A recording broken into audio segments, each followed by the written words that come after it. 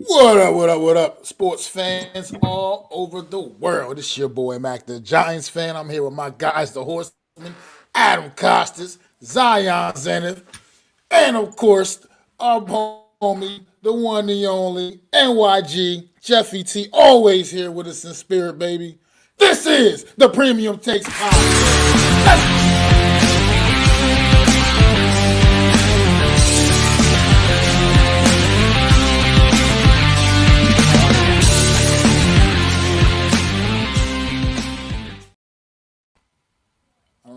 I don't know what happened there. That was weird. But welcome everybody to the Premium Takes Podcast. I'm sorry for that little technical glitch. I don't know what that was, but nobody was here to see it anyway. So Perfect. So now they all know there was a blip. everybody, how's everybody doing tonight, man? Adam, Zion, man, how y'all brothers been, man? Since the last time we spoke, Very good. which was like a Tired. couple minutes ago. Absolutely. Hopefully, everybody had a good week. And thank you guys all for joining us this wonderful Friday afternoon. I'm just going to make a couple of announcements for the team before I hand the hosting duties on to Mac. So, this is going to be our second to the last show for the year. We are going to come to you guys live next week, Friday the 15th, for our last show of the year. And then we're going to take a 2-week hiatus for the holidays. I know maybe some of you don't celebrate the holidays. A majority of us does. So we're going to take a break for the holidays. And then we're going to come back and resume the show on January 5th. We'll remind you guys at the end of the program. With that being said, go right ahead, Mac. The host and duties is yours. Well, all right, man. We're gonna get right to it, man. On the slate tonight, man, we're gonna start off with the tomorrow, man. Tomorrow, another collegiate player is going to be enshrined in a club, a pretty kind of immortal club, a very important thing, the Heisman Trophy, man. Jaden Daniels. Finalists are Bo Nix, Jaden Daniels, Bo Michael Penix Jr., Marvin Harrison Jr., man. Guys, fellas, man, who you think is taking this thing, man, and why do you think they deserve it, man? With the seventh pick in the 2023 2024 NFL draft. The New York Giants select Jaden Daniels out of LSU, Heisman Trophy winner. Listen, he's come a long way. The guy has done. He's dynamite out there.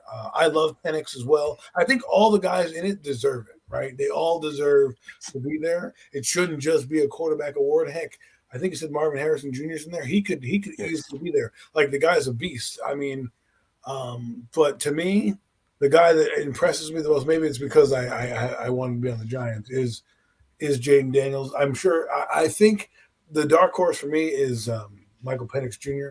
because he's having an absolute banana season, and his team is undefeated right now, and they're looking good. And he has them in the college playoffs. That could hurt Jaden Daniels slightly just because he's not in that, and they're going to take that voting into consideration. Bo Nix as well. He has a better record team, right? His team's better than LSU technically, right? I know it's a team award, but Bo Nix is having a phenomenal year. I mean, he has better numbers than Jaden Daniels to be completely honest with you. But um, I just think, and I just think Jaden Daniels is gonna walk away with it for some reason. Call me crazy. I just think that maybe because his stock is rising now, he seems to be the star. But listen, don't take anything away from the other guys that are out there.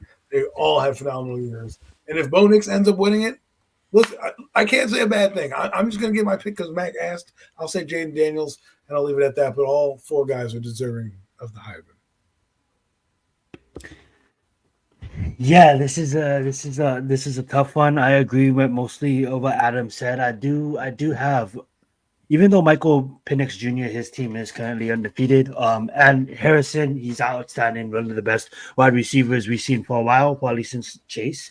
But what I'm noticing is I'm leaning more towards Bo Nix and Jaden Daniels. Reason being is because of their numbers, and their numbers don't lie.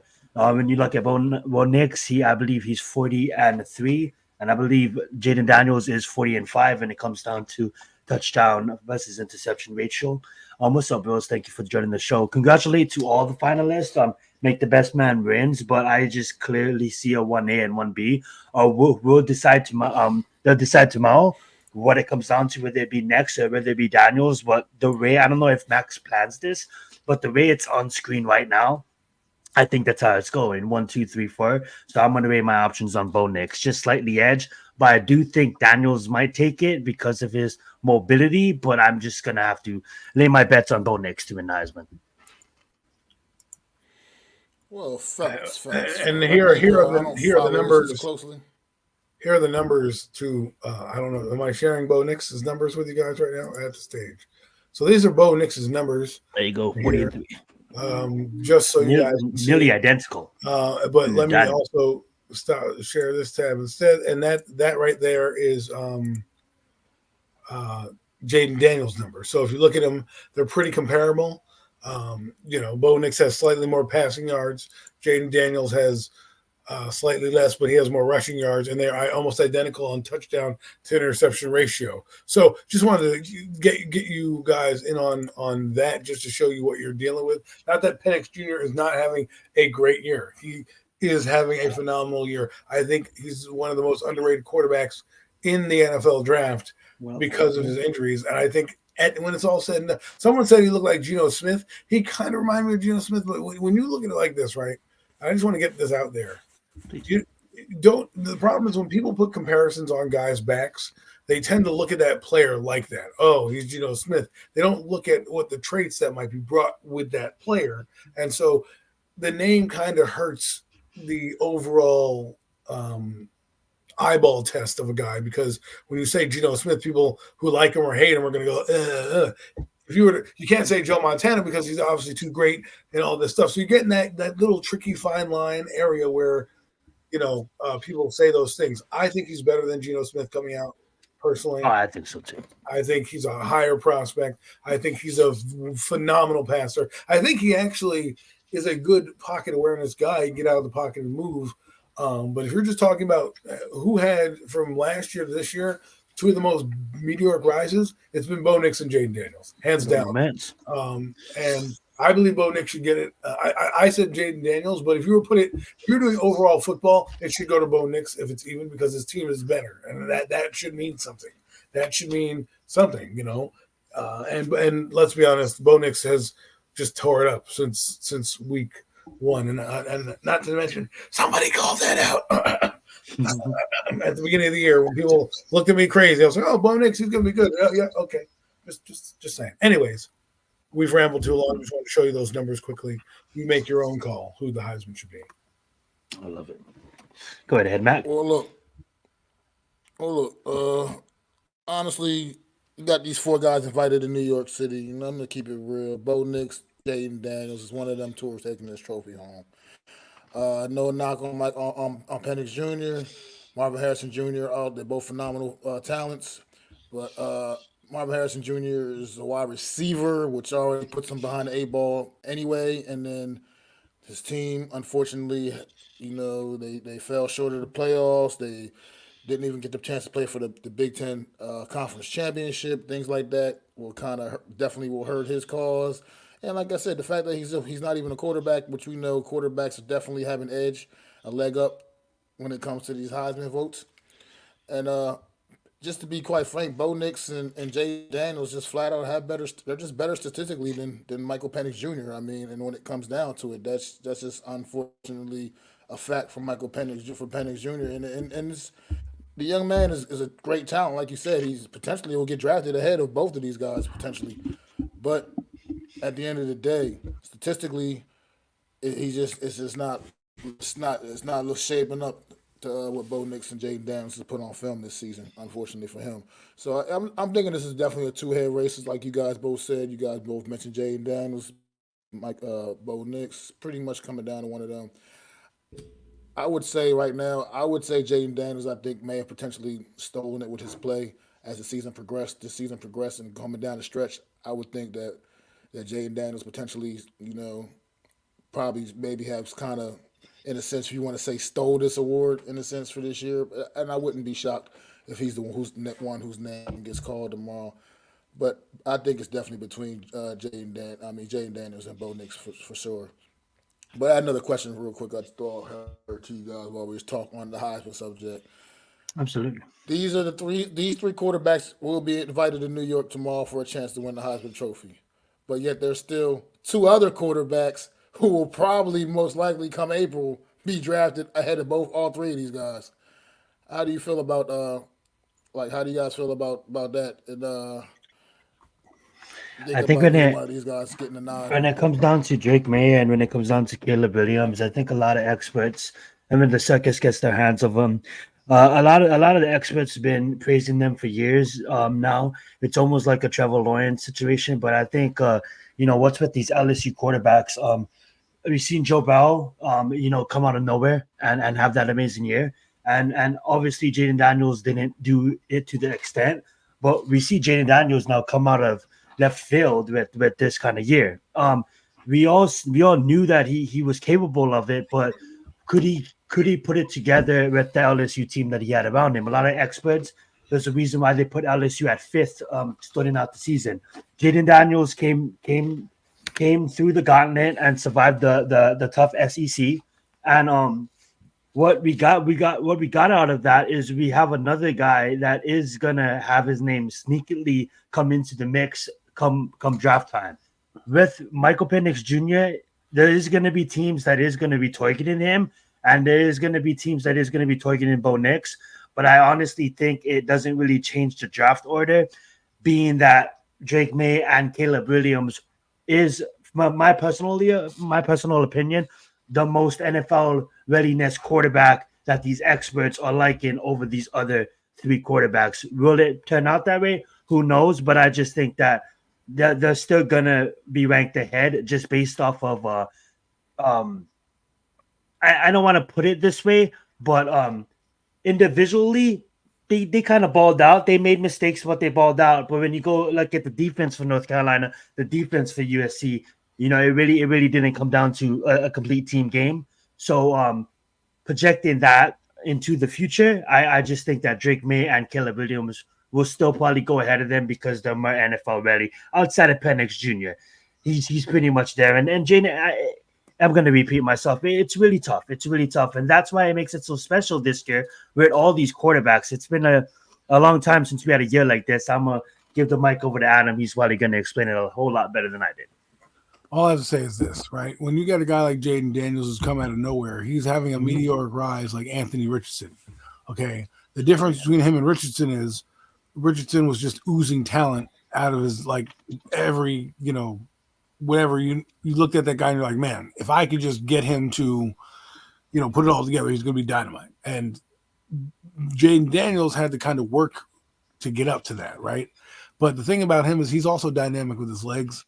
He can turn the game over in a dime. He can throw the ball all over the field. And his star rising right now, he's good. There's going to be probably three quarterbacks, possibly four picked in the top, at least top 15. And Jaden Daniels is going to be one of those guys. Heck, he may move up the draft boards where someone may fall in love with him so much they may take him number one, just because, the Bears are crazy like that. And they might be like, listen, we like Jaden Daniels better than what he brings to the table than Caleb Williams. Then Caleb Williams goes to New England or possibly the Giants or something like that. But this is why I keep telling people, you want to pick. You want a high pick now because guys like this, like Bo Nix, like him or hate him, some people say he's a second-round talent. I think I see a lot more than what people see. And, I know people criticize his age because he's been in there for 6 years and however long he was. But Auburn never passed the ball. Auburn's not known. The last Auburn passer that we know is Cam Newton. Name another Auburn passer after that. No one can name an Auburn passer. My point is that they don't. I mean, I know Jared Stidham, but he's a third-round pick and he doesn't pass the ball much. My point is to try to bring this to a head is when you don't get to showcase your traits and then you go to another school and absolutely ball. Bo Nix balled out last year. I was on Bo Nix train last year saying, this guy needs to come out. Let's draft him last year. People told me I was crazy. This year he comes out and does even better than this year. And the thing about him is, can he run an offense? Is he efficient? Has he hit his ceiling? Has he, and I don't look at the age as a factor. I'm like, come in here and you're already a better prospect than Daniel Jones. You take that guy. Right? It doesn't matter. I don't want to get cute and miss this guy and try to fuck with the draft and get him in the second round. Get him now. If you're in that top 10, just get him. Worry about the optics later. If that guy goes on and wins 2 Super Bowls for you, no one's going to care if he was drafted 8th overall, right? Or wherever you selected him. They're going to love him for that. I think all the guys in that room, in the Heisman room, have raised their stock and it's continued to rise. And because Penix Jr. is going further and they have a couple more games, their stock can continue to go. Caleb Williams and Drake May are household names, and I think the problem is, and this is what I think is happening with me, is people are too fixated on those 2 guys, as if the draft revolves just around those 2 passers and nobody else. And I think that's where the problem is. Now, is Drake May good? Yes, he's my number 1 quarterback. I go him, then Caleb Williams, then Jaden Daniels, Bo Nix, and then Michael Penix Jr. But the last 3, and then J.J. McCarthy's also in there for me. Yep. I'd be happy with all the names I mentioned. I'd be happy in Giant Blue, right? And to be specific for this point is just that you want Jaden Daniels to rise because a guy like him will make guys like Caleb Williams fall and guys like the Bears think twice. Speaking of which, real fast, Adam, we just had a guy, I believe he appeared on the Pat McAfee show not too long ago, saying that he could see Jaden Daniels not falling, but going to New England. He thinks he'll be a perfect fit with Bill Belichick. If Belichick doesn't get fired, look for that guy to kind of come in and be – because everyone keeps saying Drake May. I think the Giants fit more of what Drake May is looking for and doing. And if he falls past number 2, he's going to have New York blue all over him. That's just going to happen. But what I'm telling people is to do, familiarize yourself with these 5 quarterbacks, and the Giants should take 1. And don't worry about it. I saw Daniel Jones. I know they had him walking around or whatever. He looked like he was laboring on that leg. I'm like, yo, you need to rest. Yo, I know he had some appearance to go meet kids or something like that. Listen, man, if you have to cancel for the kids, they understand. Like, yo, his knee's blown out. You know what I'm saying? Don't try to go make your obligation because you're Daniel Jones and you want to be that way, man. If you want to come back, fine. Because next year, I want a guy in here because I heard a Jordan Renan post, and I know I'm going off on a tangent here, but just to try to tie this all up real quick. I heard a Jordan Renan post that they're going to give everybody, Joe Shane and Brian Dable, the time to build this correctly. Well, if that's the case and that rumor is true, they're getting a quarterback, and it probably starts this year. He said this offseason is going to be massive. Hint, hint, wink, wink. They're looking to get a quarterback to start this rebuild and build us up. And it's not a bad thing. Just don't mess with it. If you can get it, get it. I'm done talking about that. I don't want to spend too much time. I'm sure there'll be another segment where these guys come up, but I'm excited for this draft class, and I'm excited for all these guys. Well, that's good stuff, man. All I got to say is the all season will be quite telling. After we get through the Heisman thing tomorrow, like you said, Penix gets the opportunity to play for a national championship potentially. We got more guys coming out. You never know. Sanders, he's got Quinn Ewers. He's got a couple of guys. He's got a couple of opportunities, to continue, like you said, to build his resume. And then on top of that, like you said, we get to the off season. You guys got the scouting combine. They got the pro days, all this stuff, and these things raise player stocks as well. So we'll see. Yes, and he's going to the Senior Bowl. So there's a lot of guys. This is what I mean. This is why this is so much fun. This is why I tell people don't worry about give us a line for the Giants, huh, Adam and Mac? Huh? Like it just seems to make sense a line for us to take a quarterback this year. Right. That's what you know what I'm saying. I'm going to tell you this right now. This is the story. 2003, 20 years ago, we had a backup quarterback from Florida, from the Florida Gators playing. His name was Jesse Palmer, okay? Because Kerry Collins, the starter, went down. He went down with a bad ankle. That team didn't win more than like 4 games. This team's probably not going to win more than like 4 or 5, maybe 6 games at max, right? That year, 2004, we traded for the franchise-altering Eli Manning. Guess what? We are at the 20-year anniversary, the 20-year mark of that synergy point. I have to believe the universe has put us here for a reason, and that reason is to draft a quarterback. Call me crazy, call me whatever you want, but karma and the universe, I believe in it. We suffered for so long. We paid our dues. Right. As Giants fans. And I think you're going to see somebody plop right down into the Giants' lap, and they can't. I don't care about Marvin Harrison Jr., all that.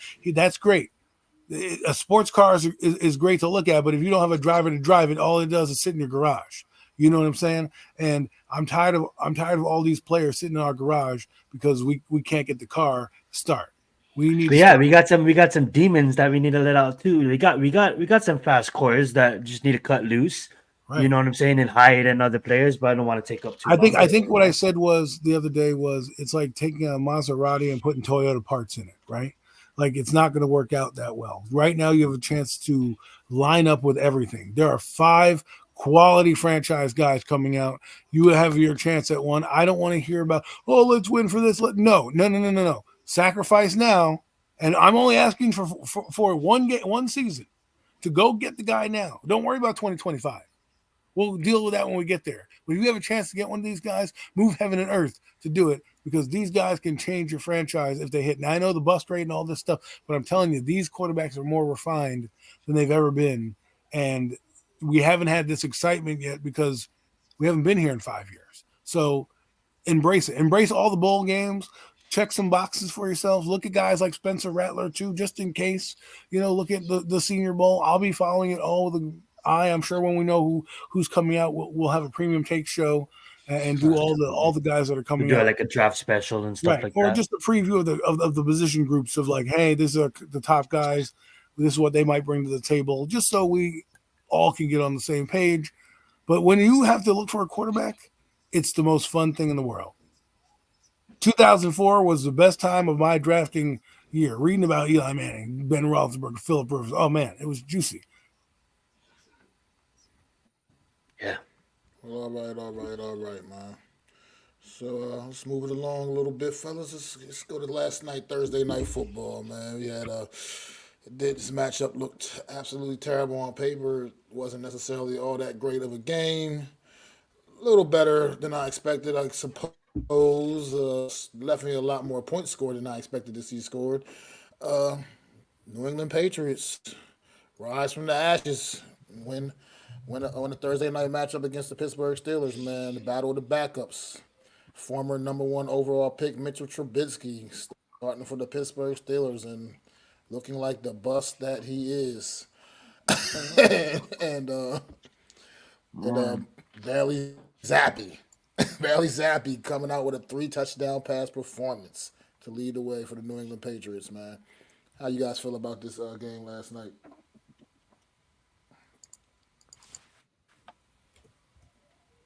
I'll just start off by saying I didn't watch a single minute of this game, and I apologize for it. I should have watched it from my duties on Premium Takes, but I saved myself the torture.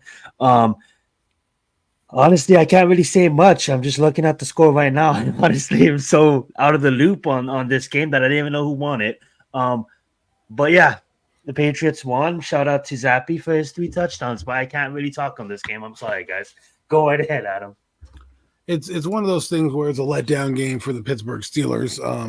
As much as Kenny Pickett does stink, your backup quarterbacks are not that much better. I don't know why they didn't put it on the Rudolph train and say guide us to a win tonight, because that's probably what I would have done.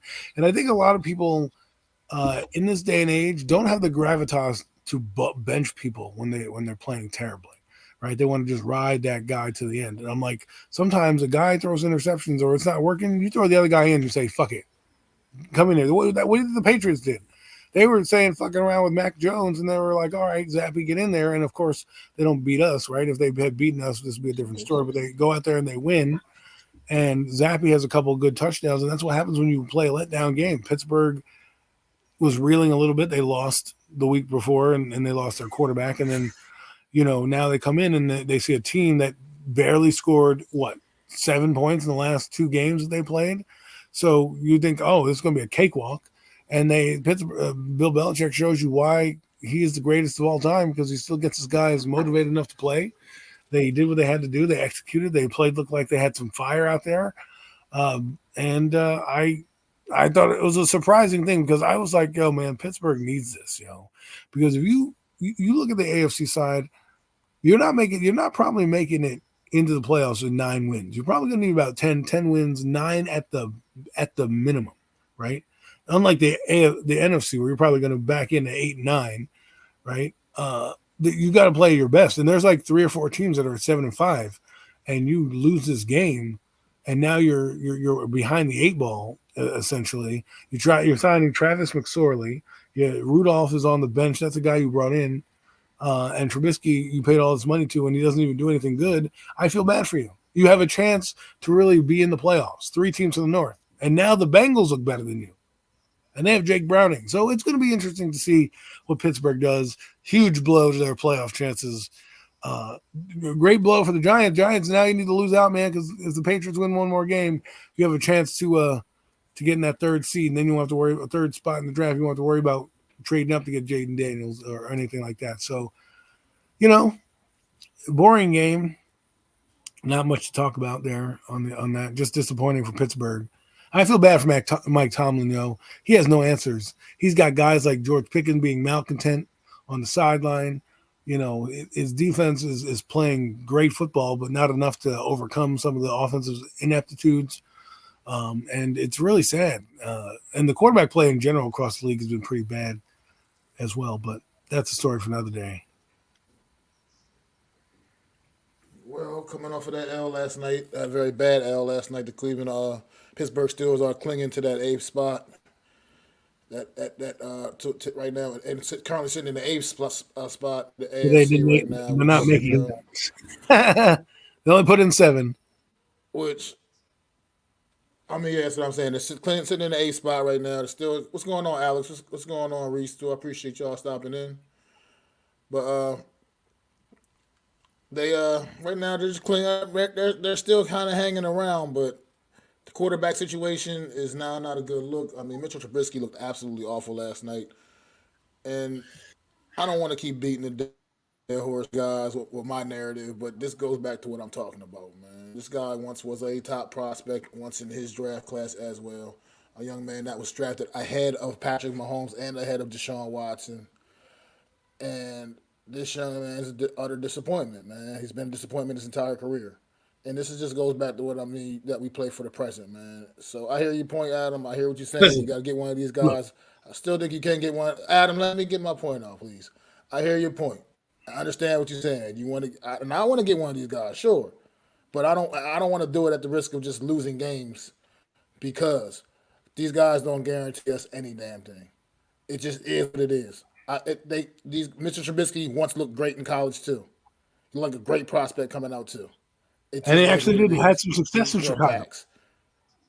I'm just saying he had some success in Chicago. Nearly the success he was expected to have. Not nearly. Obviously not. Not nearly. And let's be real. Let's keep it a buck. He wasn't even the highest rated quarterback in that draft. All right, he just rose up the draft boards, and somebody took a chance on him. All right, and sometimes they pan out. But you know what you do? You take that chance. They also drafted Justin Fields. You don't just stand there and say, "Well, it failed. Let me wait and hope and wait and hope." You take those swings and you keep going. And I have faith. No, I understand that too. I understand that too.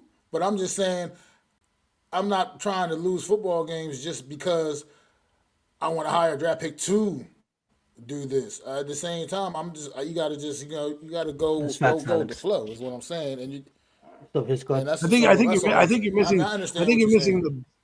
the bigger picture, and you're worried too much about the negative. And I'm like, I don't really care about that because you can draft a quarterback again if you need to the next year. It doesn't matter about it as long as you take the swings at the bat. Look what the fucking Cardinals did.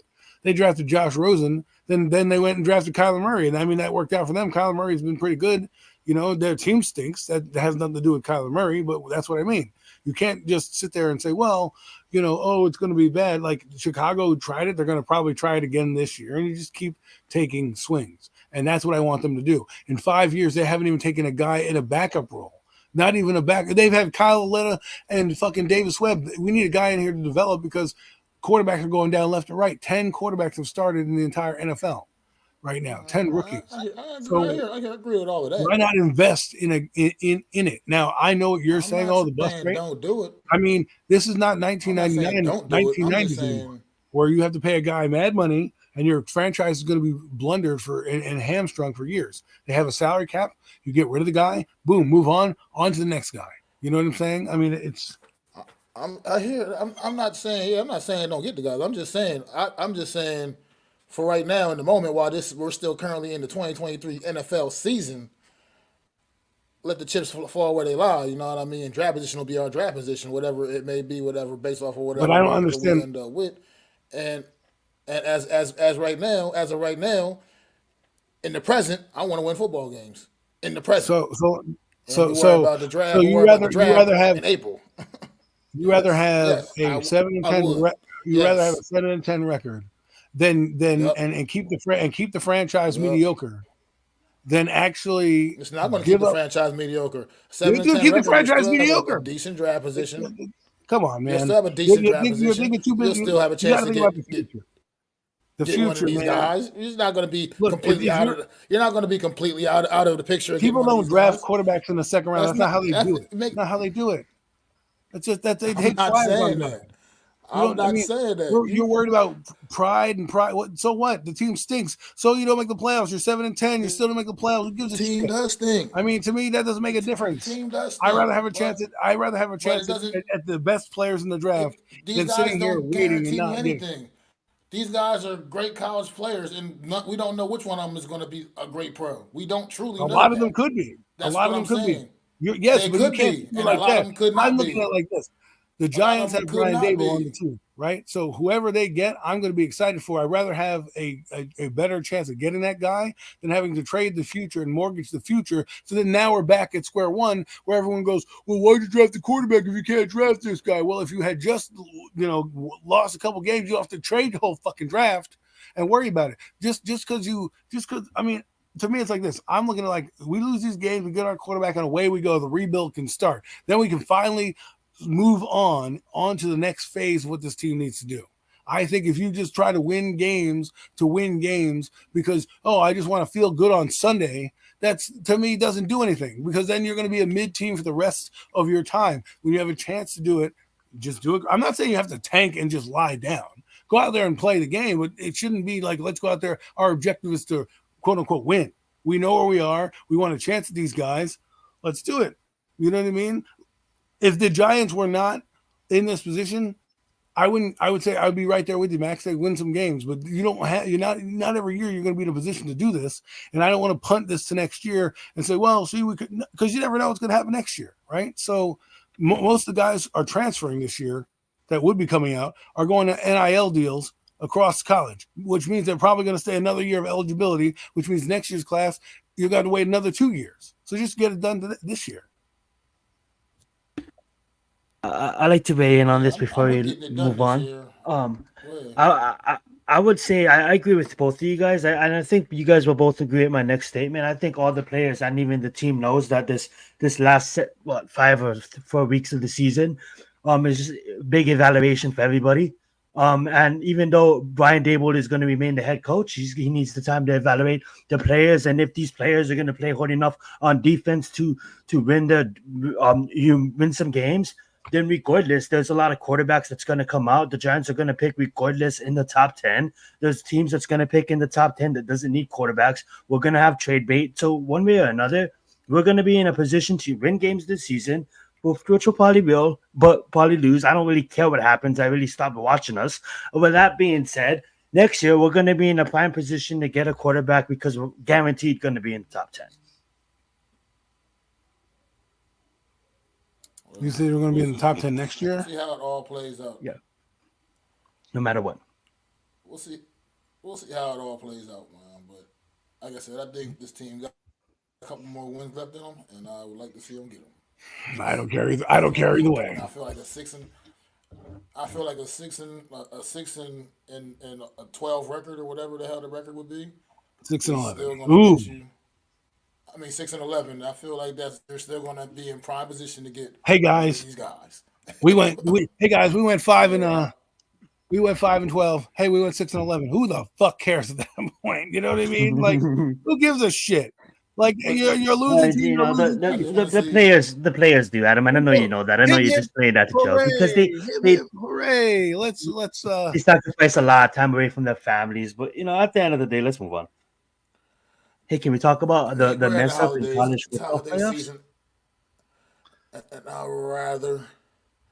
I'd rather just watch at least. We're moving on, Mac. We're moving on. We are moving on for the rest of the season. Moving on. That's all I want to see. That's what I want to see. I don't want to see. There's a lot of great Christmas movies to watch. It's that time of year as well. I just don't. I'm sorry. I love y'all, but I just don't want to see that. We can talk about that later. I didn't put it up as a topic, but we can talk about it later. But let's talk about this for right now. I'll let y'all talk about it because I don't have anything to say about the NBA. But the in-season tournament final will be tomorrow night. The Los Angeles Lakers, who just kicked the living shit out of the New Orleans Pelicans last night, will be facing the Indiana Pacers for the for the in season tournament championship, whatever it symbolizes or whatever it means. Uh, how y'all feel about this tournament and this final matchup? And yeah, just talk about it, fellas, because y'all probably watch a Yeah, lot more than I do. this tournament means absolutely nothing. It's just like a little victory in season. I understand it's for the NBA. We touched on it last week's episode. It's just the NBA trying to get a younger fan base, into the sport. Obviously the Lakers are playing pretty good football, pretty good basketball. LeBron James, his minutes restriction it seems to be lifted. I know the coach wanted his. I know obviously he's old and he doesn't play that hard anymore in the regular Only season. So he started 39. off That's the not old. season. All right. Yeah. So in basketball, I'm sorry, in basketball, my bad for the game of basketball, my bad. That being said, though, he started off the season slow, and then the team is still running through Anthony Davis. So I believe that's how the Lakers should be structured. But I don't give a hell because Hallenberger's on the other side, and Hallenberger's a beast. And if you guys don't know who Tyler Hallenberger is, he's a monster. Plays for Indiana Pacers. I know they lost Mitchell and Tyrese. I'm sorry. I know they lost Mitchell. He went a couple years ago, but Tyrese has lived up to the hype, and I have big hypes for this guy in the future. He's one of the emerging stories from last year. He kind of put his name on the map. He's been playing really good. Averaging, I believe, 26 points a game, just basically carrying the Pacers. I know there's some other great pieces on them, but I'm gonna lean on the Pacers because I'm a big fan of Tyrese, and that's the reason why. I'm a fan of LeBron, always indebted for the 2 championships in Miami. Thank you so much. But that being said, I have to lean with the Pacers. Go right ahead, Adam. I didn't watch a damn thing of this tournament. I don't want to speak on something I don't know, and I'm not wasting my time with a fucking. I turned on the TV the other day, and I saw the fucking court, and my eyes were bugging out. Like, what the hell are they doing? And then I realized it's a stupid tournament that they're playing in. I'm like, this is what we're doing nowadays in the NBA. We're so bad of a product that we have to come up with a dumbass tournament in the middle of the year in December because we ain't got shit to do. Because we can't compete with the NBA. And let me tell you something about LeBron. How are you getting yelled at by a coach and they're getting the coach ejected? Like, what the hell are we doing here? Like, eject you, calling him a bitch. What are we doing? LeBron, sack up, man. Sack up. You're the best player in the league, in the world. You need to have bigger cojones than that to then get coaches kicked out of the game. Yeah, the tournament probably has been good, but why do we need that shit? What are we in college? Like, seriously, what does that do? At least in the MLB, you win the All-Star game, you're getting home, court advantage, right? What are you gaining winning this tournament? Do you get automatic playoff bid? You get in I don't believe season so. praise. That's it. So let's say the Brooklyn Nets win this championship, right? And they don't win any other games. They like 20 You do and get whatever. bonuses. 20, You do get 20 the and players 60, do get right? Paying for bonuses. the money. Oh, yeah, great. Okay, Yeah. good. That doesn't do anything for me, except waste my time on false hope. Hey, you won that in-season tournament, but you didn't win the NBA Finals. Who gives a shit? You know what I mean? Like, do I want rivalries? Do I like some of these things? Yeah, I do. I think the NFL could do something like that, right? Because bowl season, everything's a bowl. Basically all they did was put an in-season tournament in, slap a sponsorship on it, collect more money, line their pockets, and you're like, ooh, what's this? It's new, it's shiny. You'll be bored of it next year. I would like to see if Well, he brought up a instead good of a point. tournament. Oh, go right ahead, Matt. I was gonna say he brought up a good point here. Each winning player gets $500,000 each. And here's where that means nothing to like a LeBron James or you know what I mean, guys of that caliber because Yeah, their salary is already that's the like sponsor paycheck for the whatever. game. But So they those don't get lower paid the end, rest of some the of those year? lower end guys, and this is why I think what you've been seeing through this tournament is some really solid bench play. Is because these guys on that bench, some of these lower, lesser name guys that don't get those huge salaries, get an opportunity to get that kind of a payday. You know what I mean? So they're going out there, they're playing their asses off too because they want a slice of that pie too. You know what I mean? So you've been getting some solid bench play So throughout this this is what it tournament. takes That's for you one to thing I get have solid players? I have, I have Yeah, because noticed. I was gonna Out of say, me a little motivation for those guys. It's like, oh, instead of we'll give you instead of doing 500K that, for each winning player in this tournament. Then what happens in the regular season? You're going to go back to sucking? Like, you know what? I'm not getting 500K. I'll take it easy tonight. Thursday night, yeah, it's I'm Taco looking at it like they Thursday. want to compete with all these bowl games, and then of course December football and stuff like that. But that being said, I mean, like, there's other ways to compete. The in-season tournament, slapping a tournament, trying to entice players with money that they probably don't need. Obviously, money. Everybody needs money, but you get the point. That being said, like, But wait, let me ask you this. they could have done something a little bit different. Like, maybe get some G League teams and have them play with the pros. Do like a special draft or something, because this is nonsense. If you ask me, it means nothing. You only get nothing but money. But go ahead, Adam. Is this separate from your regular season schedule? Like, so if you play, No. The records all count.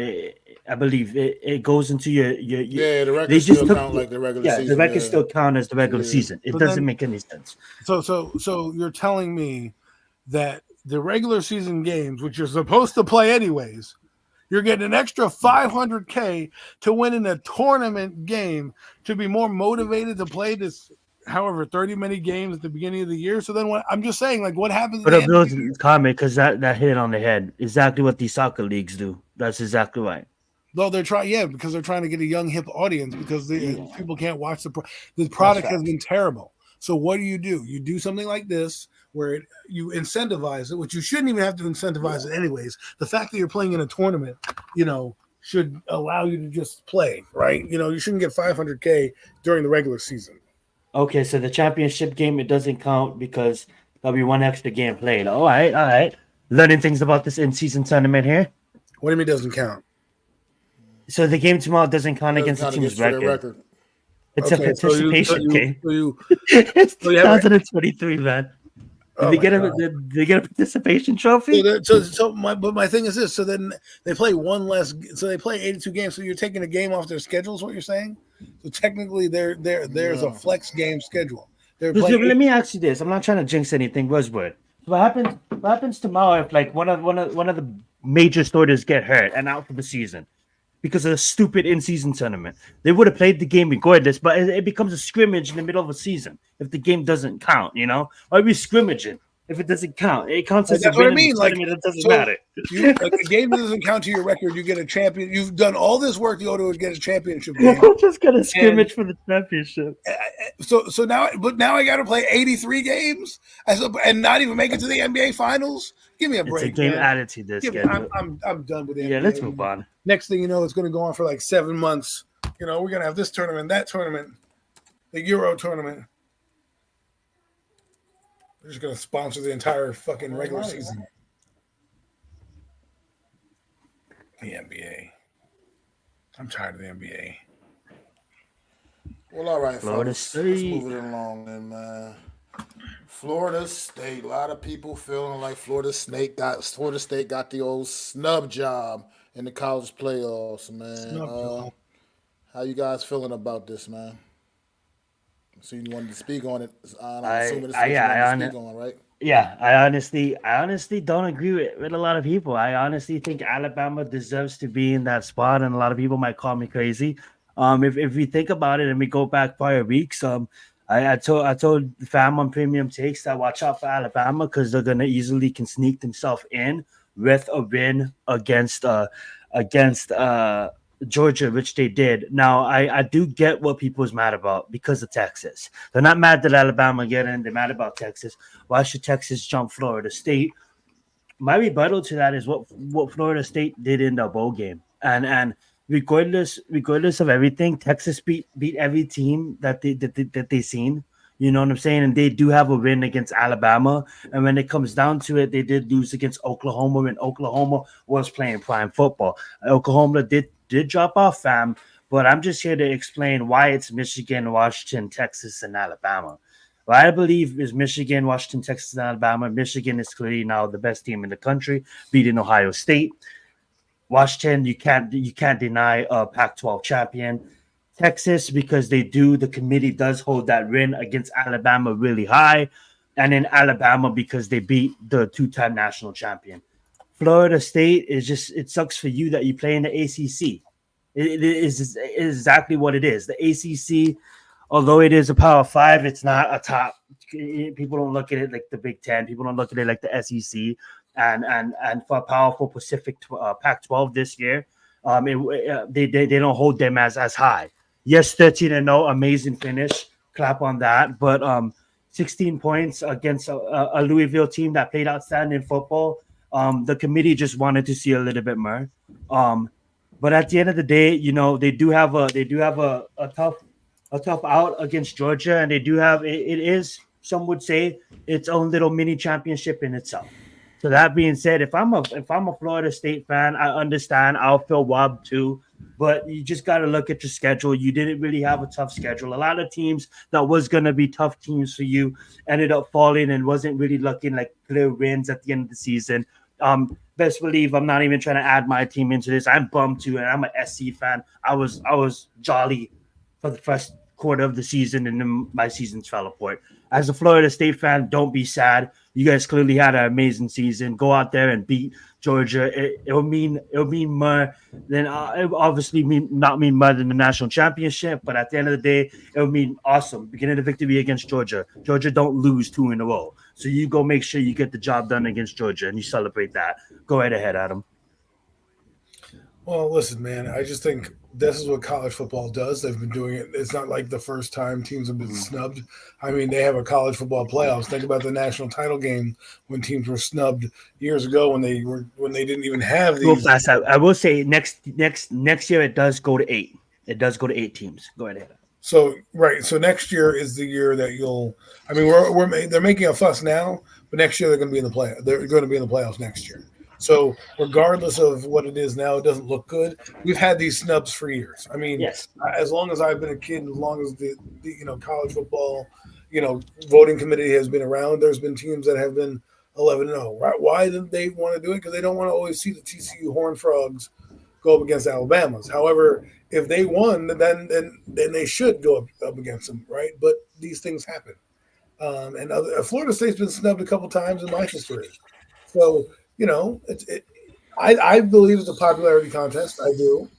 I think if Florida State was sexier, had like a sexier team around it, and had more flavor behind it, I'm sure they would get in. If they had the Bobby Bowdens of the world, that team had Bobby Bowden still, you're damn right they're probably getting in, right? They're Florida fucking State, but they're not there yet. So I'm almost in a quagmire situation with college because everyone now can go to the transfer portal. Everyone's getting money.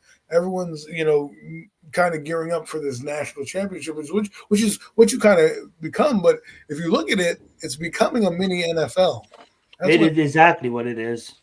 Because now the NFL, that doesn't have many leagues to kind of put players in, guys are going to stay longer now. So they're going to get more refined. Quarterbacks are going to come out with a little bit more seasoning on them. I want to touch on something real fast before you finish your point. I know Mac wants to weigh in, and shout out to Coach Ed. Coach Ed, he comes. Make sure you guys are probably subscribe to him, and if you got go subscribe to him. Coach Ed, he's been watching football, his whole life as well, and he said it perfectly on one of these streams you did a while back. He said it's gonna be between all these teams joining the SEC and all these teams joining the Big Ten.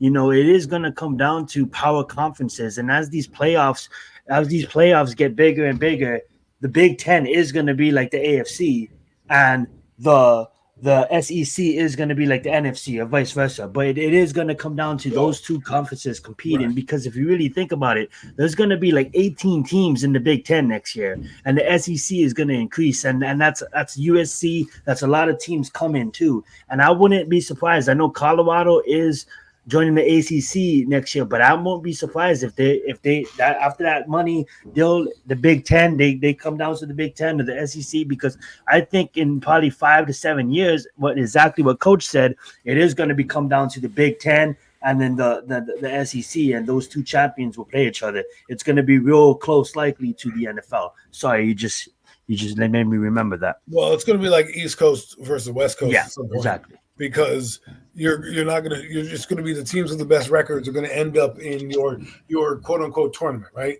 And whoever wins this tournament is going to be rounds and long, and you're probably going to dip into January a little bit now, as well to get more ad revenue because you're going to get more teams in. I'm telling you, that's what they're trying to do. Absolutely. Because the NFL playoffs is so ad generating and things can happen. Now you're going to have qualifying matches and things like that.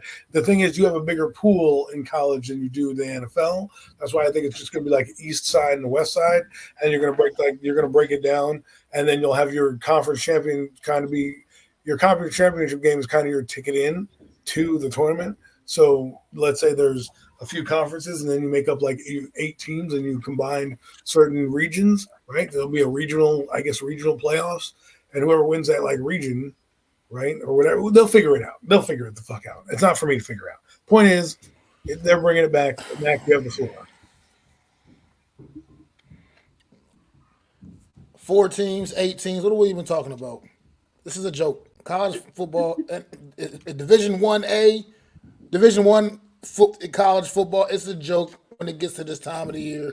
4 teams, 8 teams. Do you know how many damn schools there are? How many good schools there are?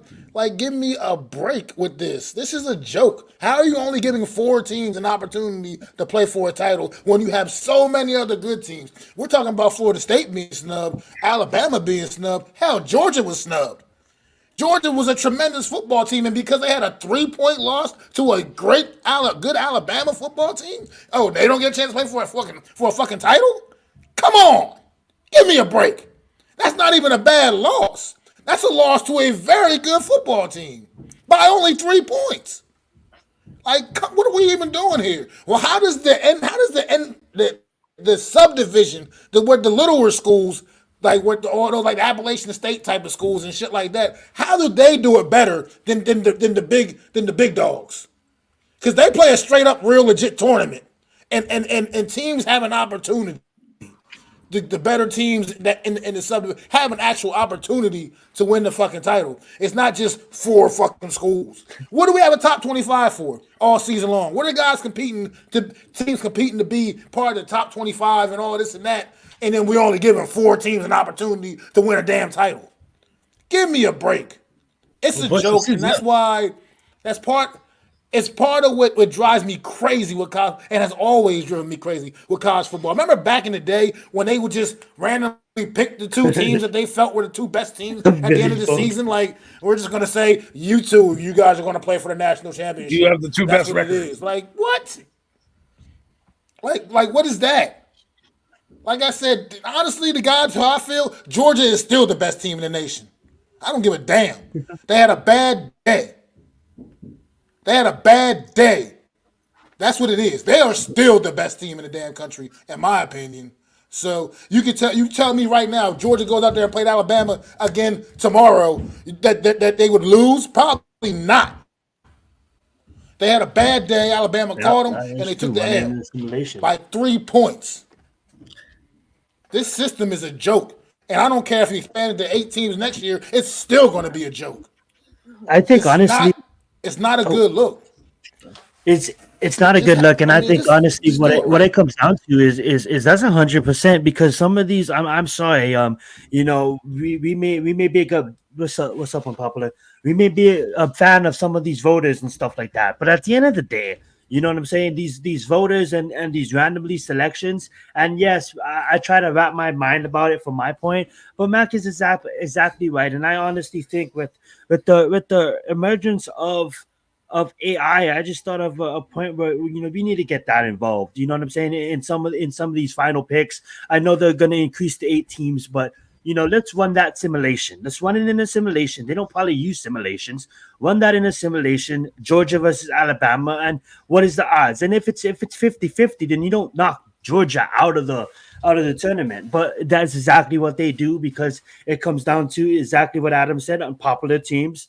And yes, you can try to vindicate, this conference is better. Like, I was trying to make my point.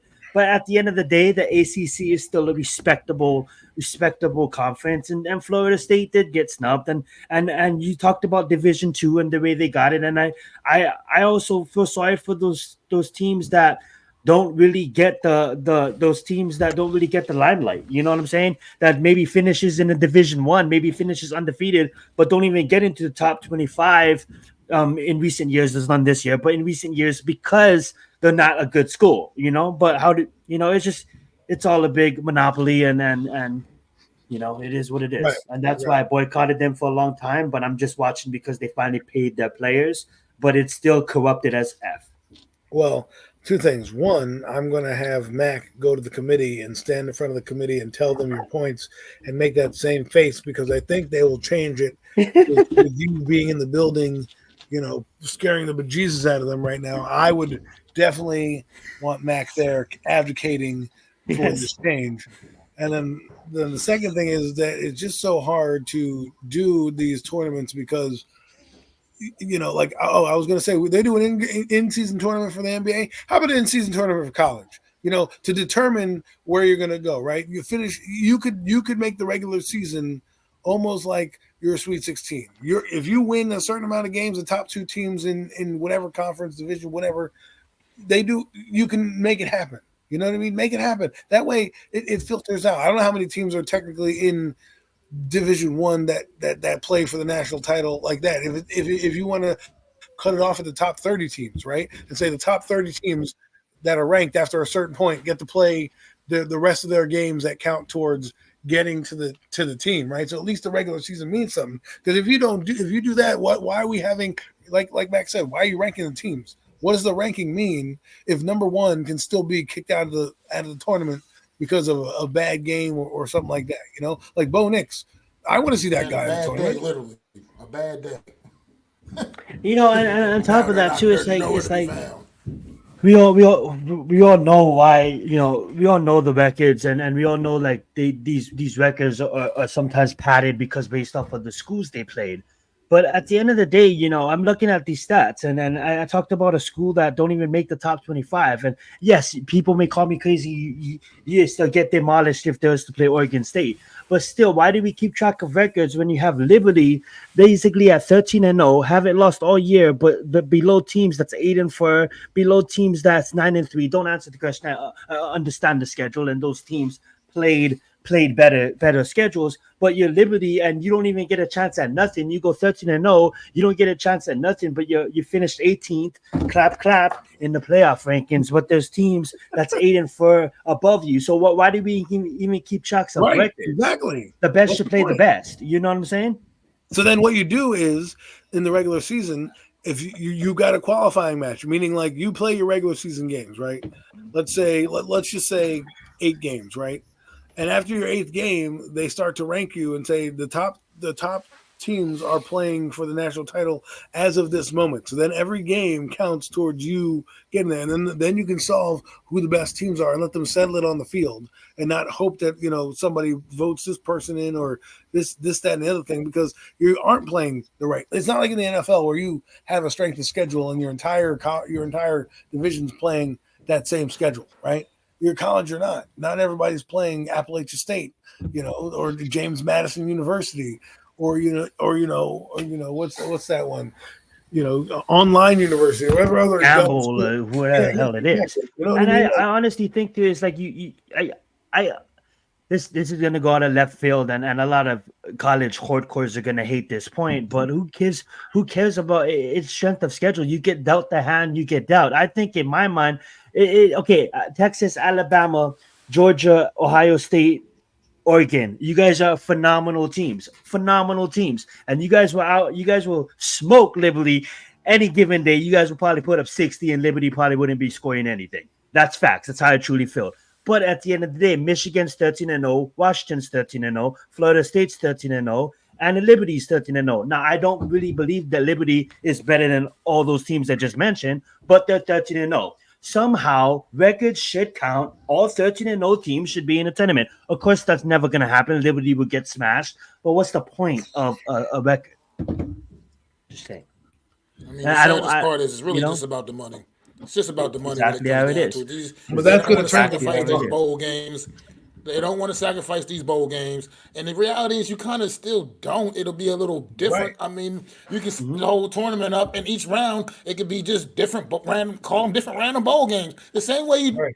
do in the semifinals. They're still like still like the damn Orange Bowl and the road and whatever other bowl, the Orange Bowl and the Chick-fil-A whatever bowl, the this other one bowl, is. that bowl. There's a million. I mean, they still do that even then. And they still do that in It's the with the millions. Final Four. You know what I mean? So Well, they still do you can that. If still you just win do it throughout six, the tournament. Where if you win six in the games, you first automatically round, a bowl game. It's you just just have to have a winning why. record. If you have a winning record, you qualify for a bowl.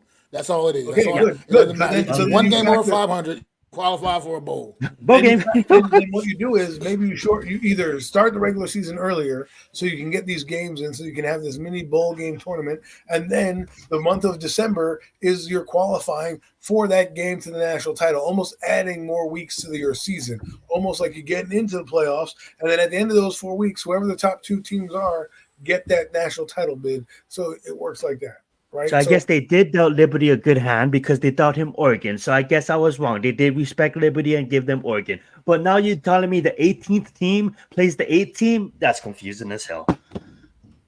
it is what it is, man. Let's move on. College football, you The know. system is the system has been this system has been fucked up for lack of better words right now. My entire life. Fuck, we both My said it. entire life. It's like Jinx. Like me and Mac are on the same brainwave. All right, real quick. Let's hit a quick one real fast before we get to our final segment, man. Let's hit a quick one right quick. After an embarrassing loss this last Sunday to the 49ers, man, have the Eagles lost a little bit of momentum in the NFC, man? This is.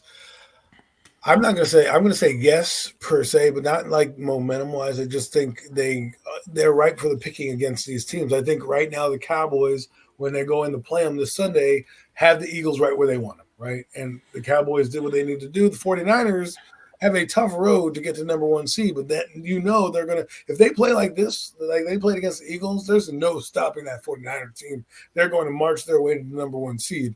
They do have a couple games on the schedule.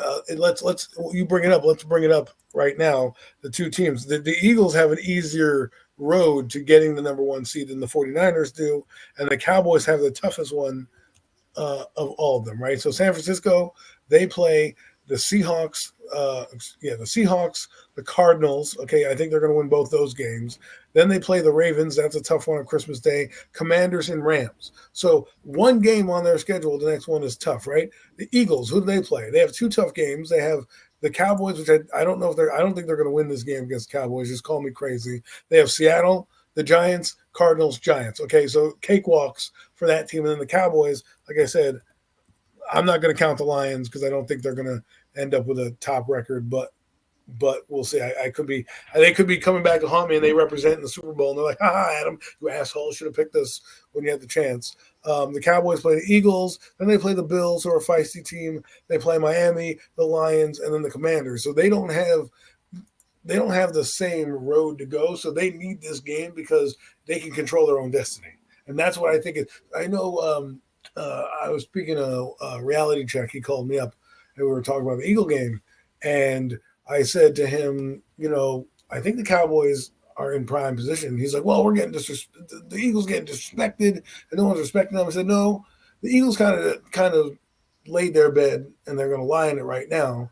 The Cowboys had to win all these games to get to this game to be meaningful. They thought about that game for 4 weeks, marching here, right? The Eagles didn't care about the Cowboys. They're like, all right, Cowboys are on this team, we're on that team. They didn't think they would be at this position. Well, now they are. And I think you're catching them at the right time. The Eagles are 24th in points per game on defense. Okay, they're number 24. They're ranked. The Cowboys score 42 points a game at home. Some ridiculous number that they have. So it's going to be a high-scoring affair. I think when it's all said and done, it's probably going to end up being these three teams and probably the 49ers. And if the Cowboys somehow put it together, let's say they beat the Eagles and the stars align and they win out, right? Because it's not out of the realm of possibilities that they can't compete with the rest of their team. Their teams are a little stronger. Bills, Miami, and so on and so forth. They could be the number 2 seed, and we're talking about the Eagles being the 5th seed. So there's a lot riding on this game right now. I would say let's go G-Men, but we're not competing for anything except, our golf positioning right now. That's what we're looking at the off season. But these other 2 teams, the other 3 teams are a powerhouse. I think to me, the 49ers have one game where I'm like, I would worry about, and that's the Ravens game. Cowboys the hardest, Eagles the cakewalk, man. Once they get through the Cowboy game, they can cruise to the end. They can cruise. I think they lose this game, but I think they come back and beat Seattle. And at the end of the year, that game against the Giants, they can't drop because the 49ers, they'll either have to win to get in, and because they tie the 49ers, or they lose and they fall back. It's going to be an epic run to the end of the year.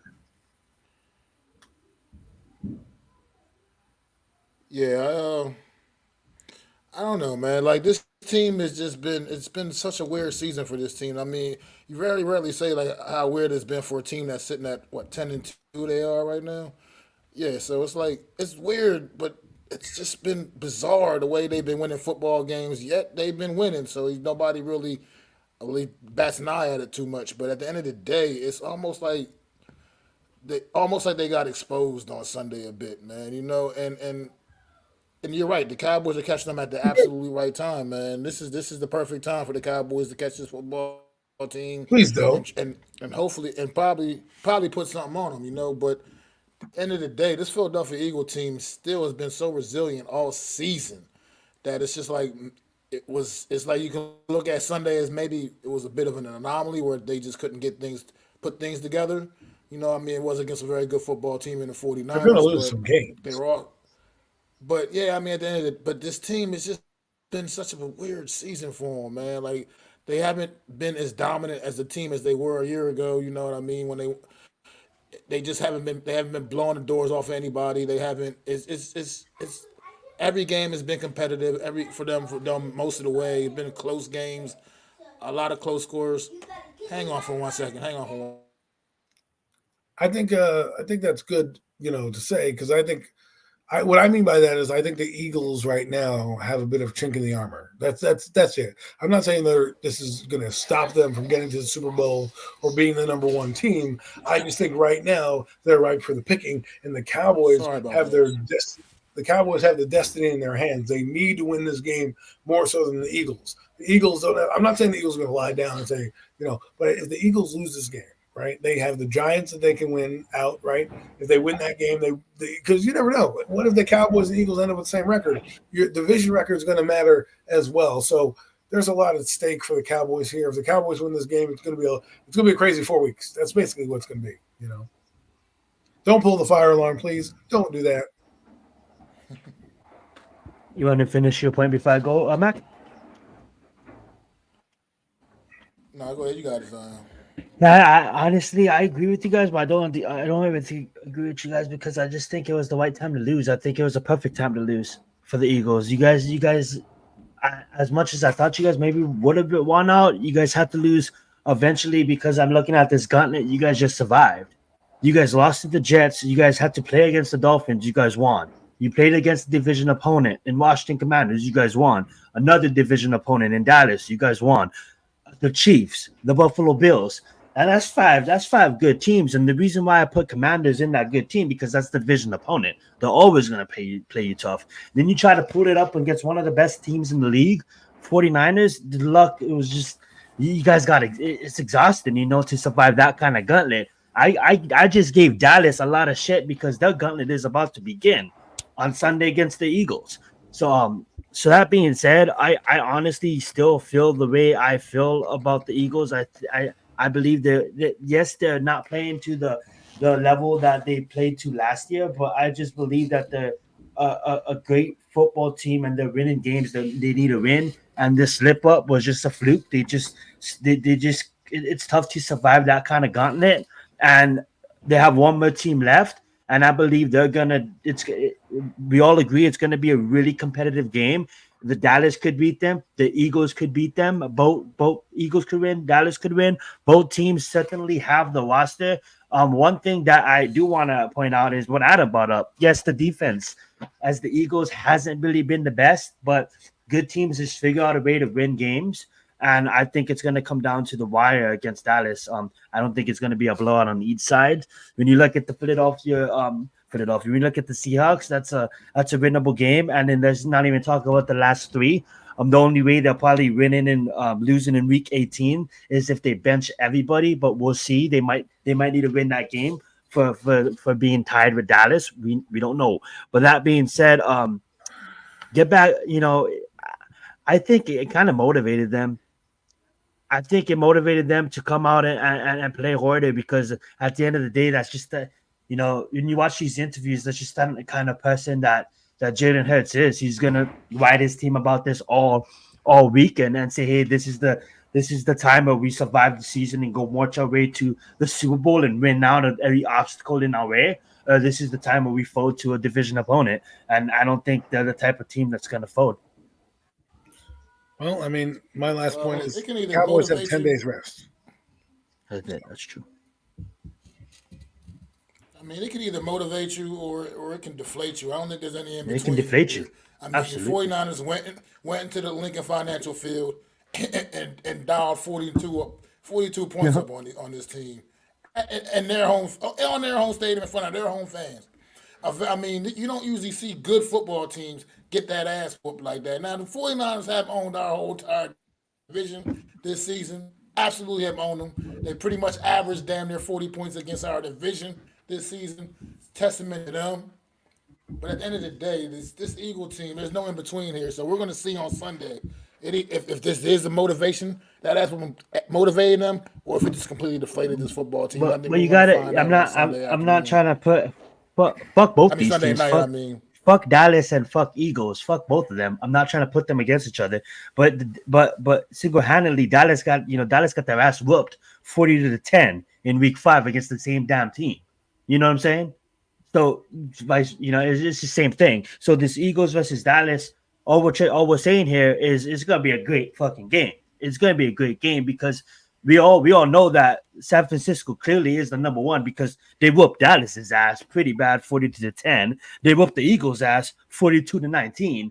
So both the Eagles and Dallas got their ass whooped against 49ers. So now does the Eagles revenge them in the playoffs because both the Eagles and the Dallas will be there, or does the Dorkhouse Detroit Lions come out of nowhere? And we'll see. That's why it's gonna be fun. But it has been a strange year for football. Well, all right, fellas. We're going, without further ado, man, I'm pass the mic to Adam. Take it away, man. Alrighty. Well, Week fellas, 13 thanks for predictions. thanks for letting me have the floor. As always, you guys are great. You guys do a great job talking football, talking ball. Right now, we are doing the picks for our thing. Let me add that onto the screen for you guys. So, week number 13 is in the books, and we started off with obviously the Dallas Cowboys against the Seattle Seahawks, but we didn't pick that game because it was on a Thursday. We started with the Pats and the Bolts. And what a terrible game that was. You were better off watching paint dry. But the Bolts win 6-0 against the Patriots, who go out and kick the ass of the Pittsburgh Steelers. Who'd have thought that? But we all picked the Chargers. Good. Green under your name, Adam. Huh? I'm just saying there's a lot of green under your name. Yeah, I'm not going to pat myself on the back till the end, but I think I won this week. You guys kind of didn't. Lions against the Saints. Let's see. We all picked. You picked the Lions. You picked the Lions. I was the only idiot who picked the Saints. Even though, I mean, the Aints right now. I'm going to call them the Aints because they ain't doing nothing right now. Charger. We already did that one. Falcons, Jets. This was a terrible game to watch. You want to talk about bad offense? This is the second worst game of the game. Mac, you picked the Jets. I don't know why. Now they have turmoil with their quarterback. Zion picked ATL. I picked ATL. I'm back in the winning circle right there. But, man, these teams are terrible. The Falcons' defense isn't bad. It's better than I thought it was going to be. But, man, offensively, they're terrible. Cardinals picking up a win against the Steelers, and we all picked Pittsburgh. Man, Pittsburgh, you let us down 2 weeks in a row. 2 weeks in a row. Ugh, terrible. Now we move on to the next game. We have Colts-Titans. This was a close one. Mac, you picked the Colts. I think we all picked the Colts here. Yes, we did. Pick the Colts. Gardner Minshew winning that game. Good for him, taking them downfield. Titans are in a rebuild, but they got their quarterback in Will Levis. Dolphins, Commanders, what a joke. By the way, I will say this, shameless plug.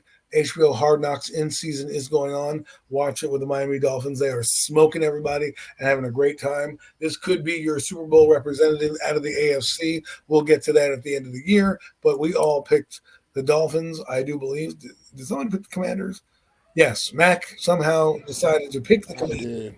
What wrong with? I don't know. You were in a mood last week, man. You were. I don't know, man. Sorry, folks. If Mac lost you money this week, he will be repaying you out of his own pocket. I'm just kidding. You won't. But he did win last week. Today, he looked like the GOAT this week, Mac. Sorry. Speaking of, Look, I just thought the Commanders were going to show up for some reason. I don't know why I thought that, but I just thought they were. I was yeah, way off. they showed themselves. They showed out. They went outside. And here's a game that we all thought was going to be interesting. I think this is where I kind of separated myself from you guys. I picked the Texans here, and everybody, you picked the Broncos as well as Mac picked the Broncos. And yeah, that's why you lost that game. But the Texans, gotta love them, man. Missed field goal to go into overtime. Can't knock them for losing that game. It was a hard fought, great football game. Oh no, they dominated this one. Sorry, that was last week they lost. I'm down, NYG. Yeah, Bucks I'm gonna be Panthers. down as well. I'm down, brother. Bucks Panthers. Shitty game, but the Bucks won again. I don't think anybody picked the Panthers. I don't believe. Nope. We didn't go on out on that one. We didn't say Bryce Young gets a win. Here we all picked the Bucks, and this is where I think again I separated myself from you guys was the Rams Browns. What a performance by the Rams. Who would have thought they would be beating them handily? I think I'm the only one that picked the Rams. Rams here, yes. You guys picked No, I both picked the the Rams Browns. too, didn't I? Oh, yes, you did pick the Rams as well. I picked the Browns. No, you Yeah, picked I the was Rams gonna as say. well. Zion picked the Browns. You picked the Rams. And then here's the game of the week. Game of the week lived up to the billing. Well, actually didn't really live up to the billing. Lived up to the hype at the beginning of the game. But the Eagles lost this game, I do believe, in the first two possessions when they kicked field goals instead of touchdowns. You know, we always talk about it as a Giant fan. You need to score in the red zone. They did not score in the red zone. That came back to bite them. If those are two touchdowns, the game's probably a little closer than it looks. It looks like probably a 35-42 loss as opposed to the 20-point loss that it was this week. Sorry, Eagle fans. But as of this, I do believe 49ers, Zion, this is where you kind of the bottomed out for you this week. You pick the Eagles again, 49ers. And then here's an interesting one. Kansas City versus the Packers. We all picked KC, and the Packers had, I think, the upset of the weekend in beating the Kansas City Chiefs, keeping their playoff hopes alive. Packers with two big back-to-back wins this week. We all picked KC. That's clearly what we did. And obviously the last game of the year, the Bengals, last game of the week, Bengals, Jaguars. We all picked the freaking Jaguars and the Bengals. Josh Browning has himself a game, puts himself in the record books, and the Bengals win. Then the Jags lose again. And we all look like idiots. Thanks, Jags, for nothing. But if you were to tally up the wins, I win with 8 wins, and these two guys come in second with 6 apiece. I'm going to pat myself on the back this week. I finally get a chance. I finally get that elusive W after all these weeks. I can finally talk a little shit. Let's get to week 14, shall we? Can't believe we're at week 14. I say it every week, but we are closer to the end than we are the beginning.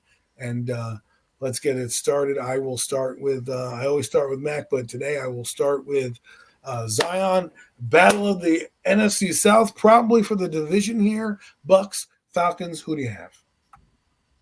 And if you ask me, I'm gonna ride with Arthur Smith and the Falcons at home. ATL, Mac. Taking the Bucks. I'm still not a believer in the Falcons.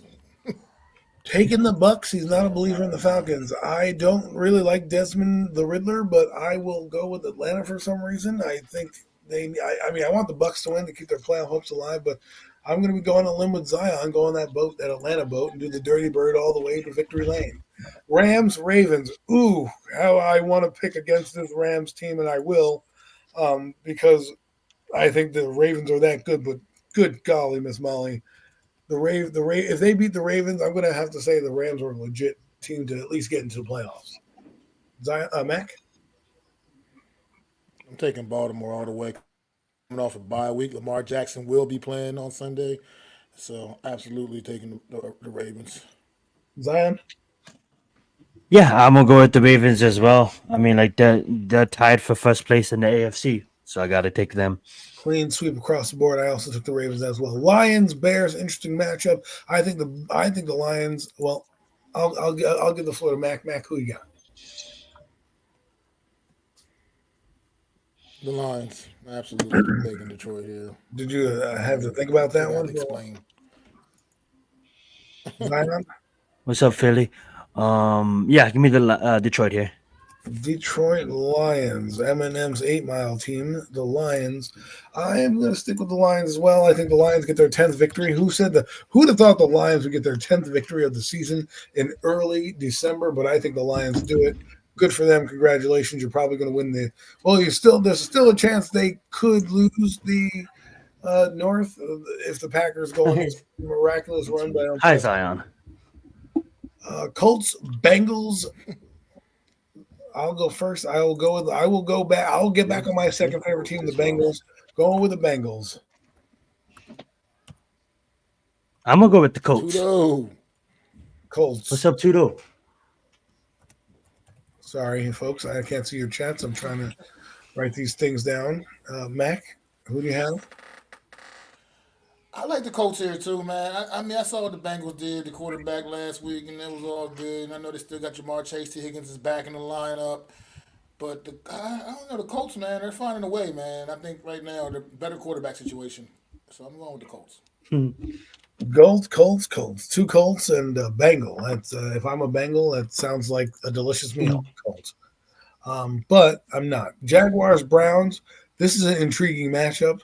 Browns coming off that shellacking by the Rams. Joe Flacco, their starting quarterback. Jaguars coming off a loss. I don't think they expected they to lose. But I'm going back with the Browns here. I think the Browns are right the ship again against the Jaguars. Jaguars lose 2 in a row and are reeling after the Browns bounce back. Mac? I'm hearing Trevor Lawrence back to practice, but I still can't buy that he's going to be 100% out there if he is playing on Sunday. And I think Myles Garrett will just feast on a hobble Trevor Lawrence, man. And I like the Browns because of their defense here as well. I agree. Taking the Browns. Zion? Perfecto. This is why I get different. Give me the Jacksonville Jaguars to upset the dog pound at home. Woo, woo, woo. Let's go. Not really upset, but yeah. Get it. So, yes, where were we? Browns. Okay, 1 o'clock. We're still in the 1 o'clock window. Panthers, Saints. I think even with Jameis Winston, the Saints actually pull this off. Questionable. Probably not, but most likely. Who knows? But Still questionable. wait your turn. No, I'm talking to Bills. I'm sorry. Oh, Mac, who do you got? I'm sorry, what was the game again? I apologize. I didn't hear. Panthers, Saints. What am I, that boring? Can't even focus for 5 I was minutes? talking. He couldn't hear The me. Saints. Yeah, the Saints won. The Saints. I mean, I can't pick the Panthers. 11-1. Is this the I game? can't pick the Panthers. Zion, who are you picking? Is this the game that they do it? Nope. It's gonna go with the Saints. I'm gonna go with the Saints. Okay, good. I already filled that in. Yeah. So I must be a mind reader. Call me Miss Cleo or Mr. Cleo in this case. Texans, Jets. I am not picking the Jets this week. I am going to ride the Texans bandwagon all the way to the playoffs. Here we go, CJ Stroud. You give me hope. You give me hope. Mac gives me no hope with Mitchell Trubisky. CJ Stroud, you give me hope. So I'm going to go with the Texans. I'm just, I'm going with the Texans. Mac, who do you got? I'm definitely taking Houston here. Come on, man. Seriously. CJ Stroud is a dog, man. He's just amazing. This kid's amazing. That's all I got. Amazing. Just amazing. Well, buddy, let's go to the next game. You already know my answer for that one. What, you're picking the Jets? Okay, I'm writing it down. I love it. I should have wrote the Jets and left it there. Raiders, Vikings. This is an interesting one. Both teams kind of fighting for their playoff lives. Zion, I'll start with you here. Raiders fighting for their playoff lives. Nope, it's gonna be Minnesota. I'm sorry. I know it's changed from last year. Well, last week. Antonio Pierce got that team playing, but I I don't know if it's Vikings. Vikings. Okay, Mac, you're Going on Minnesota here, man. Might be getting are they getting Justin back in the lineup, man. I'm not yes, they sure if are. they're getting him back in the lineup. Yeah, I think he's. So yeah, I'm definitely taking Minnesota here because he's just gonna have a big ass day. Yeah, I think Minnesota is going to give Aiden McConnell some fits. They are in the silver and black. This could be an interesting one.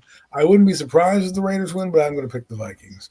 Let's don't fail me now, Joshua Dobbs. Otherwise, I'm going to come over there and draw eyebrows on your forehead. You friggin' jerk. All right, here we go. Let me go first.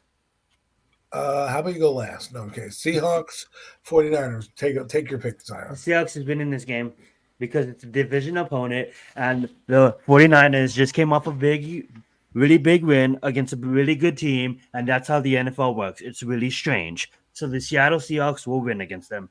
And that's why you went first for that take to get out of the way, Mac. Who are you picking? Did you just see what the 49ers did to the Philadelphia Eagles last on Sunday, He bro? Yeah, apparently was wearing blinders during the game. I watched I'm the highlights. sorry. I'm sorry. Seattle's not a bad team by no means, but they're also not Philadelphia either.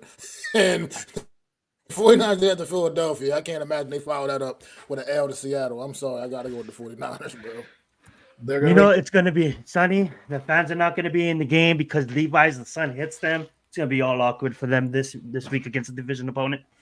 see. I usually tell you guys to listen to Zion um, during the pick segment, but this week I'm going to say you may want to bet the opposite this week. I don't know. Last week he won 6 games with a couple of risky picks, and he's going again out on that limb. I got to give him props for going out on the limb. I'm not going out on that limb. When that branch breaks and you fall to your death, well, I won't be there. I'll just be there to try to grab you, say, "Hey, I That's tried," funny. but I'm not on that limb with you. Here we go. Bills, Chiefs. What do we got, Mac? Give it to me. I'm going Bills here. It's personal with them against the Chiefs, you know what I mean? And the Chiefs have just not been playing the same. Those receivers are god awful. Patrick Mahomes, as great as he is, he cannot will these guys to catch the football, and it's been bad. I think, and it's just not something weird about this Chiefs team as well. Like we've been talking about the Eagles, same thing with the Chiefs. There's something weird about this football team this season, man. It is an odd I'm year. going with Bills here just because I think it's a little bit personal for the Bills right Well, now going against the Chiefs, and I think you, I think they get them. maybe the Chiefs and the Eagles are tired because they played the football game a little later on in the year, right? And they played in this calendar year. They're still they played in February, and then you line them up again a few months later and kick it off. Not many teams had that, short of time. So I think you're seeing fatigue catch up with these two teams. I want to say nobody circles the wagons like the Buffalo Bills. Like it pains me to say this because I don't want to be right, but I'm gonna pick Kansas City. I don't know. I'm gonna take KC. I love Buffalo. I think they're playing for their lives. They're a desperate team, but somehow they'll squeak it out like a little squeaker. They'll squeak it out. Broncos, Chargers. Wait, you didn't ask me, but I agree with Oh, you. I'm sorry. gonna go KC. That's Sorry, good. sorry. I'm That's sorry. fine. That's fine. Yeah, you don't deserve Just that. get right over me. I thought, oh yeah, you already went first with Buffalo. I'm gonna go first on this one. I'm gonna take Denver because even though they lost last year, I made a promise to myself that I'm gonna pick them for the rest of the season. Yes, even when they match up against Detroit Lions. So give me Denver here. Man, you're a love fest with the Denver Broncos. Sorry for cutting you, man. Forgetting about you. Just cut the line. Hello, Mac. You're next. Uh, It's Taking the Broncos because after I can't pick the Chargers with a straight face either. There's another team where I can't even take them seriously anymore. They threw up 6 points last week against the what you call. And yes, that 6 points was enough to win the football game. But I just can't take this team seriously. They can't stop anybody defensively. They're a joke. I'm sorry. Herbert, you're great. The rest of your team isn't so great. I mean, other than Keenan Allen, a couple other guys. I know it's just bad. I don't Did they get it. fire the coach yet? I don't understand. I don't understand how. how you have what you call practically leading the league in sacks, damn near, and you can't do anything else defensively other than because whatever he's doing. Khalil because Mack is back Zach looking like his old self from his Chicago days. I mean Raider days, and you can't get anything accomplished. I just don't get it. I well, don't get this team. it's because their coach is booty, his booty cheeks. But anyways, I want to pick. I'm gonna be different. I'm gonna pick the Chargers. You go, Justin Herbert. You take that team. Promised land. Can we make a side bet? Multiple interceptions on the day. No, you can make a side bet and put it out there. What is your over under in interceptions? Two, one and a half. Two. 1.5 is my over under. What the hell is that bullshit? Because Give a it can't solid be number two here. because We it'd be don't a deal with tie, so it has to be halves. 1.5.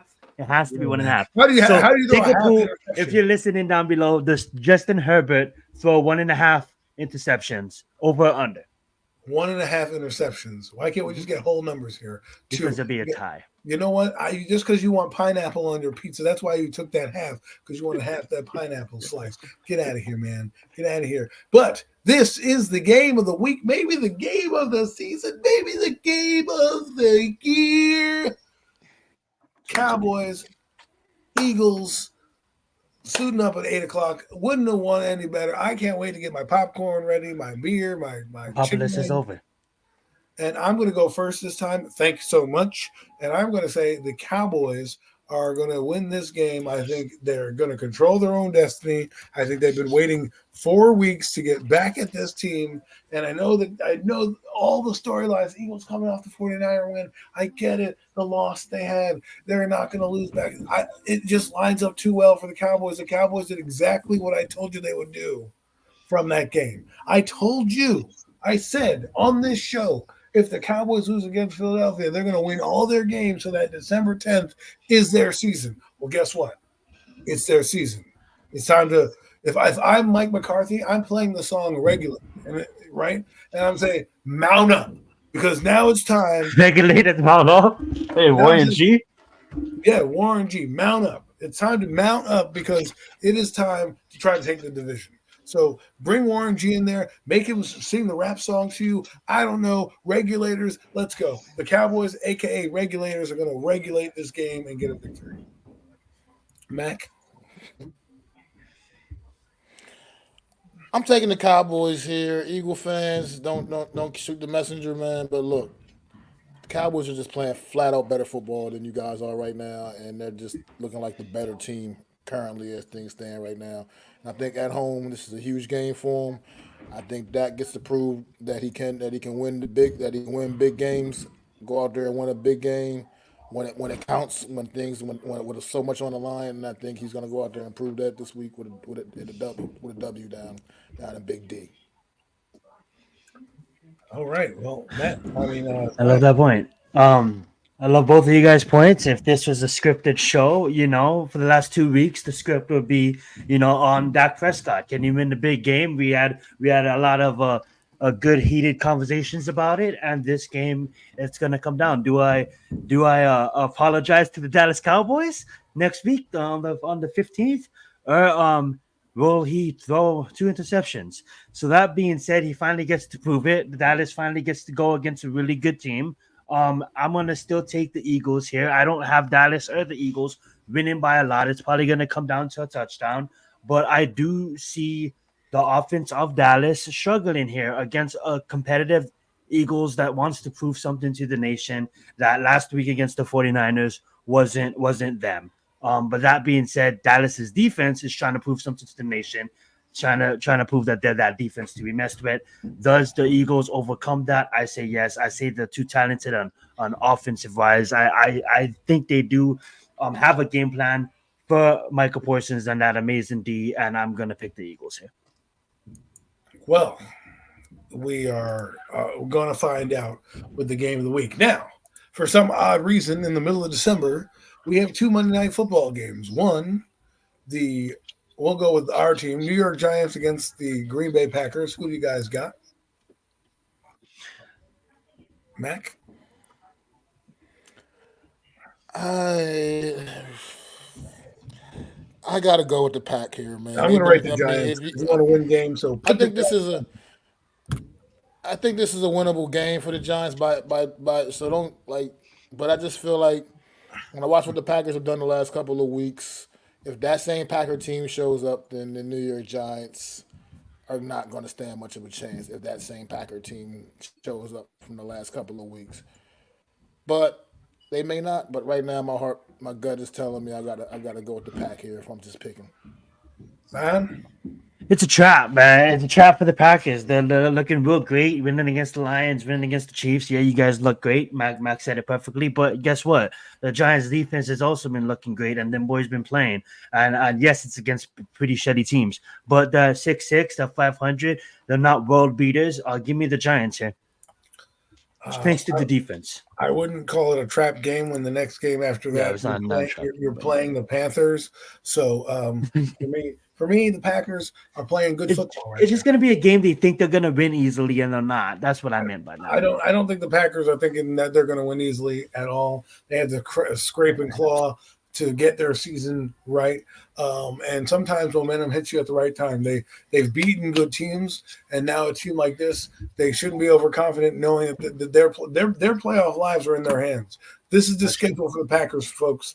Giants, Buccaneers, Panthers, Vikings, Bears. They could easily be one of the top 7 teams. I think they put it on the Giants right now. Get to their 7th win. Giants go to 4-9, and then we'll really start talking draft at that point as we go. And then the other game that's on Monday Night Football is Titans against the Dolphins. Miami. The Dolphins. The Dolphins. No one even needs. We don't even really need to talk about We need to that, go in on that one. huh? I said we don't need to go in on that one. Yeah, we all know who the track meet's going to be, where it's going to meet. It's going to meet in the end zone, and they're all going to be doing their video game celebrations. Listen, man, the Finns are fun to watch. They're even better on Hard Knocks. But that has been your week 14 picks for the NFL season. Can we do a fun game real fast and I'll start off? My game is what do you guys want? Not who do you guys think, but what do you guys want to be the Super Bowl this year? I want to begin. I would like to see the Lions versus the Dolphins. I just think that would be absolutely fun. It'll be different, and it's not the same teams we see every year. That's not who I think is going to get there, although I think the Dolphins do have a chance. The Lions might have a chance to be in the doghouse.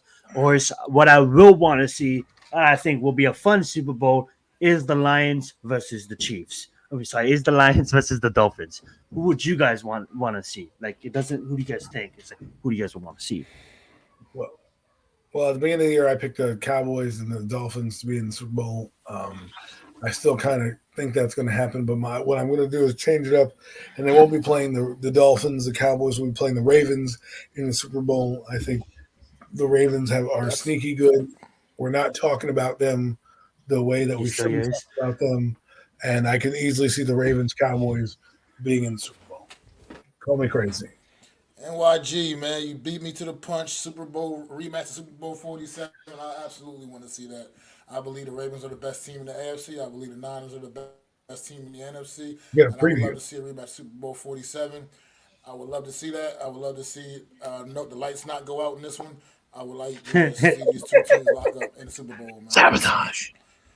They couldn't have Joe Flacco win again. They couldn't have Joe Flacco. They couldn't have the 49ers win again. That's facts.